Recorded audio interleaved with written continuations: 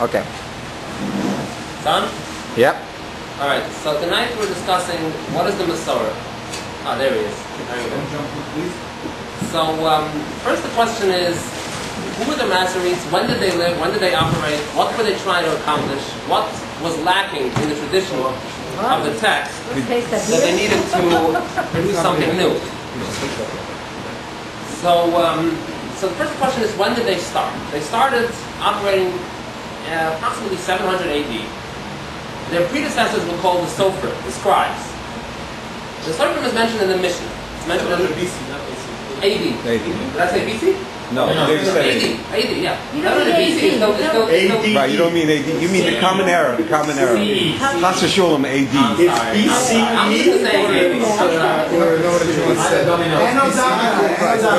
After that.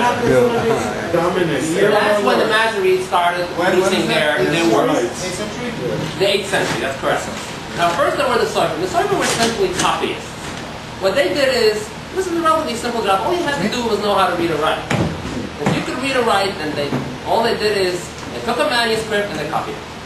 In those days, they wrote on manuscripts. Manuscripts are actually not, they were scrolls.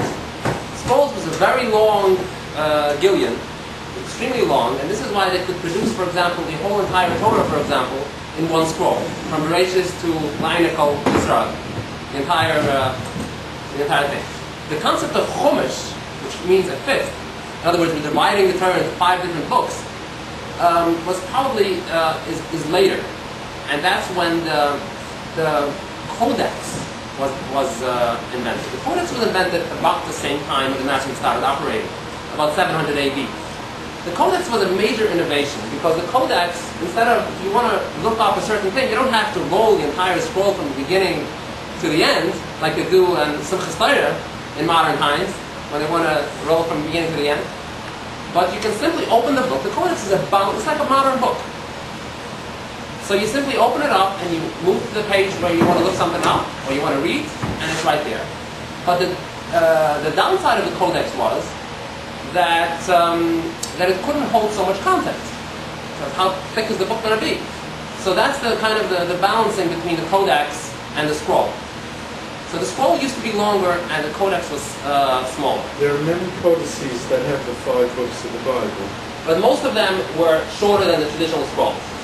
In fact, the reason why eventually during the Middle Ages, some of the books of the Bible were divided into 2. For example, we have 1 Chronicles, 2 Chronicles, 1 Kings, 2 Kings, is probably because of that. Because they started producing things in codex, in codices, and they didn't fit all in one codex, so they had a certain standard size, and it couldn't go beyond that.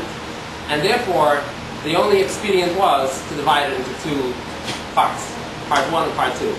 And in fact, Elijah's Levita, Eliyahu HaLevi, who was a very prominent scholar, a grammarian, he operated he lived in the 15th century.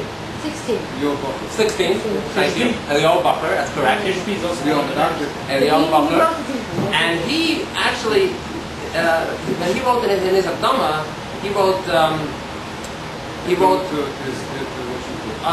actually Masoret and Masoret. That's right, Masoret and Masoret. And he was trying to convince his audience to adopt that standard, so which was a Christian standard. The Christians invented the idea of dividing the books into 2. And so, and he had to convince the Jews to accept that, even though it wasn't originally a Jewish tradition to divide the books into 2. So anyway, so let's go back to the Masoretes. Who were the Masoretes? Where did they live? They lived actually in Babylon and in Palestine. They lived in both places. There were centers of Judaism, obviously, in both places back in those years. They were probably about as equally important, even though they specialized probably a little bit in different fields. The Babylonian tradition was more Talmudic-based, Mishnah, the law. They focused a lot on the law and on the oral tradition. The Palestinians, I think, were more concentrated on the text, on the Mikra, on the scripture, right? And this is why there's a lot of speculation as to whether the Masoretes were Karaites, Karaim. And originally, I mean, throughout the Middle Ages, nobody thought, it didn't dawn on anybody that the Masoretes were Karaites. And this is how they became so accepted in the Jewish tradition. But there has been recent speculation in the 19th century, starting with, I think his name is Pinsker, right? You heard of him? And he is the one who started with this idea that maybe this guy was a Karaite. And It wasn't one guy, it was a school. right, I'm talking about Ben Asher now. Okay, Right. Him, I'm talking about Ben Asher specifically. He was the chief Masorete during that period. He was the end of the Masoretic period, right? So, if you can, was the Masoretes, were they a school? Were they a bunch of people in different places disconnected? Were they, did they have contact with each other? Was it a school of thought? Was it, so if you can, you Very good. Thanks for pointing that out. It was actually a school. It was a grassroots movement. It wasn't coordinated by any central authority, and it actually probably developed somewhat independently, or at the same time, in Babylon and in Palestine. Even in Palestine, there were two schools. Right. There was the Palestinian tradition and the Tiberian tradition. But the Tiberian tradition eventually gained supremacy and acceptance in Judaism. By the 11th century, all the other schools were basically subsumed within the Tiberian Masoretic tradition. In other words, not just Palestinian, it was a specific school. There were three different schools originally: the Babylonian, the Palestinian. Palestinian probably means that it was. We don't know much details about this. We know from certain grammarians who mention the Palestinian, Nikud Eretz Yisrael, but we don't know a lot of details.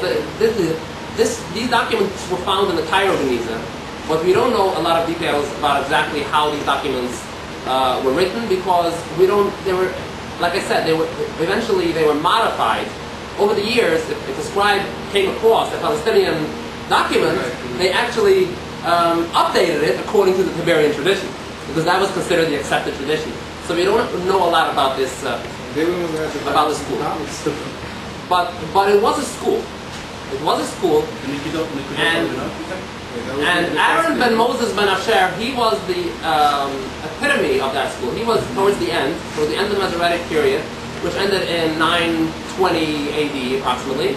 And he is the one who, he is at the end of a family of 5 different generations, starting with Asher and Nehemiah, then another Asher, and then Moses, and then Aaron. So he was the 5th generation. And he was the most authoritative of them all. So anyway, who's the other popular Ben? There was another, I guess his protagonist. Ben Naphtali. Ben Naphtali, right. Ben Naphtali. Right. No, Ben Naphtali was also other Palestinian. Ben Naphtali was also Tiberian. Tiberian? Yes, that's correct. Ben Naphtali was also Tiberian, but the differences between Ben Naphtali and Ben Asher were relatively minor. Again, we don't have a lot of details. There was a medieval book called Kitab al-Khulaf, which was produced probably in the 10th century by Mishoel ben Uziel, and he enumerated differences between the Ben Naphtali tradition and the Ben Asher tradition. But there have been other manuscripts that dispute those lists, and so we don't know exactly. One difference we know, for example, is Yisachar versus Yisachar. That may have been a difference between Ben Naphtali and Ben Asher. But this is actually in our Tiberian, in our tradition, it's a Korean exhibit. It's actually a perpetual, meaning that they don't even write it in every single instance. The audience is assumed to know once and for all that you're supposed to read it Yisachar instead of Yisachar. So that's called a Korean perpetual. There is an entire pamphlet that distinguishes, that has on one side the differences between Ben Naphtali and Ben Right, that's the Asher. Kitab al-Khulaf that I mentioned. There might be others as well. There might be other lists that mention all these differences between Ben Naphtali and Ben Asher. So other Korean perpetuans are the name of the Lord's name, Adonai, which was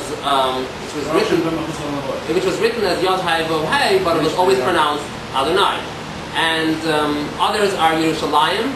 It is always spelled in the text. It is spelled without the Yud, without the second Yud, right? Except once. And but more than me then, except once. Here's the ones. Okay, that's it. But Declaration of Defense. the word Yerushalayim, Yeah. it is actually supposed to apparently